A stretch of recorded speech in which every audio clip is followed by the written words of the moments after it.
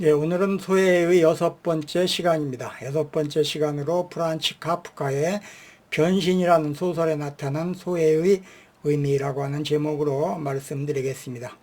오늘 우리는 문학사에서 가장 기괴하면서도 가장 서글픈 변신을 그려낸 작품 프란츠 카프카의 소설 변신을 통해서 우리 사회가 직면한 소해의 본질에 대해서 이야기하고자 합니다. 어느 날 아침 평범한 영업사원이었던 그레고르 잠자가 거대한 벌레인 갑충, 딱정벌레류에 속하는 갑충으로 변하며 시작되는 이 이야기는 단순히 초현실적인 환상을 넘어 우리 시대의 인간관계와 노동 그리고 존재의 가치를 숙고하게 합니다. 소설의 줄거리는 매우 단순하지만 충격적입니다. 가족의 생계를 전적으로 책임지던 성실한 청년 그레고르 잠자는 어느 날 잠에서 깨어났지만 자신의 몸이 딱딱한 등껍질과 수많은 다리를 가진 흉측한 벌레로 변해 있음을 발견합니다. 그는 당황했지만 그보다 더 큰 걱정은 어떻게 출근할 것인가 하는 것이었습니다.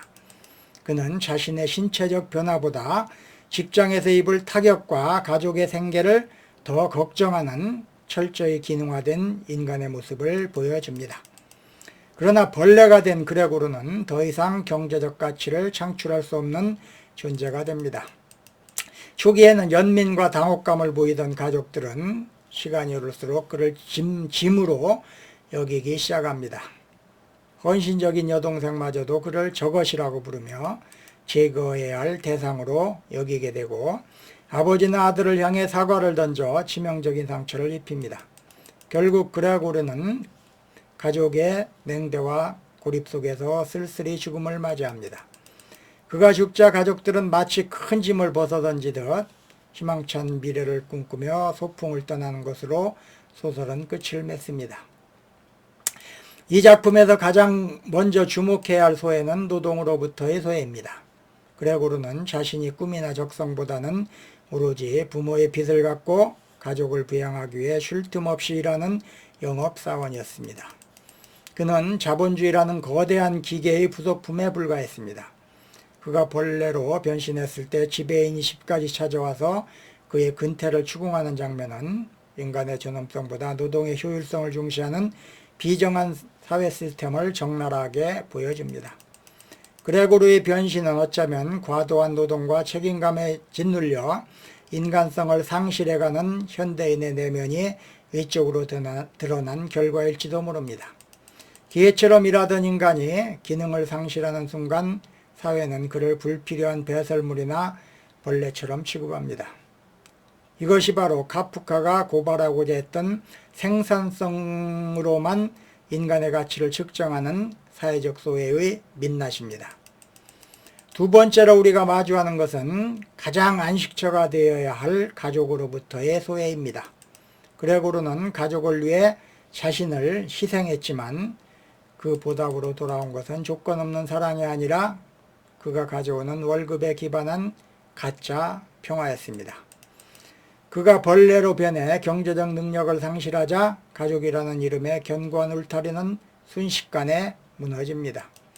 아버지는 그를 공격하고 어머니는 그를 보기를 두려워하며 여동생은 그를 폐기 처분해야 할 물건으로 규정합니다. 여기서 소외는 타자에 의해 강요된 외로움만을 의미하지 않습니다. 그것은 내가 누구보다 신뢰했던 이들로부터 나의 본질을 부정당하는 비극인 것입니다. 카프카는 인간관계의 기저에 깔린 물질적 이해관계를 냉소적으로 드러내며 가족조차 기능적 필요가 사라지면 타인이 될 수 있다는 현대적 인간 소외의 잔인함을 보여줍니다.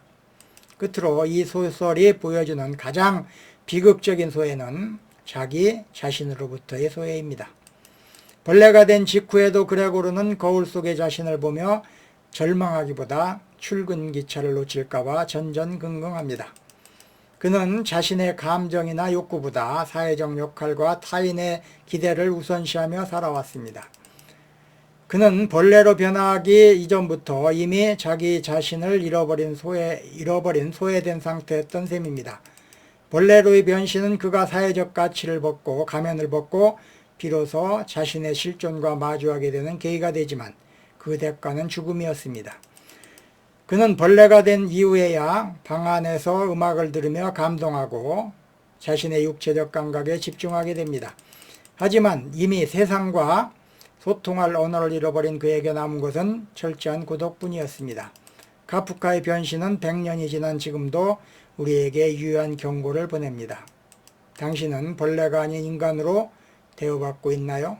우리는 자신을 성과와 수입으로만 평가하며 스스로를 소외시키고 있지는 않은지 묻고 싶습니다. 그레고르의 죽음 이후 가족들이 보여준 활기찬 소풍 장면은 소외된 자의 부재가 남겨진 이들에게는 오히려 해방이 되는 비정한 현실을 상징합니다.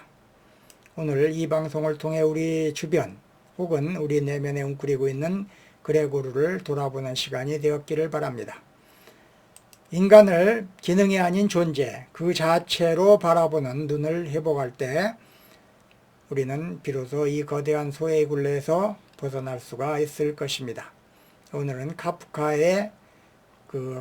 프란츠의 변신이라고 하는 소설에 나타난 소외의 의미에 대해서 살펴봤습니다. 오늘 준비한 내용은 여기까지입니다. 시청해 주셔서 감사합니다.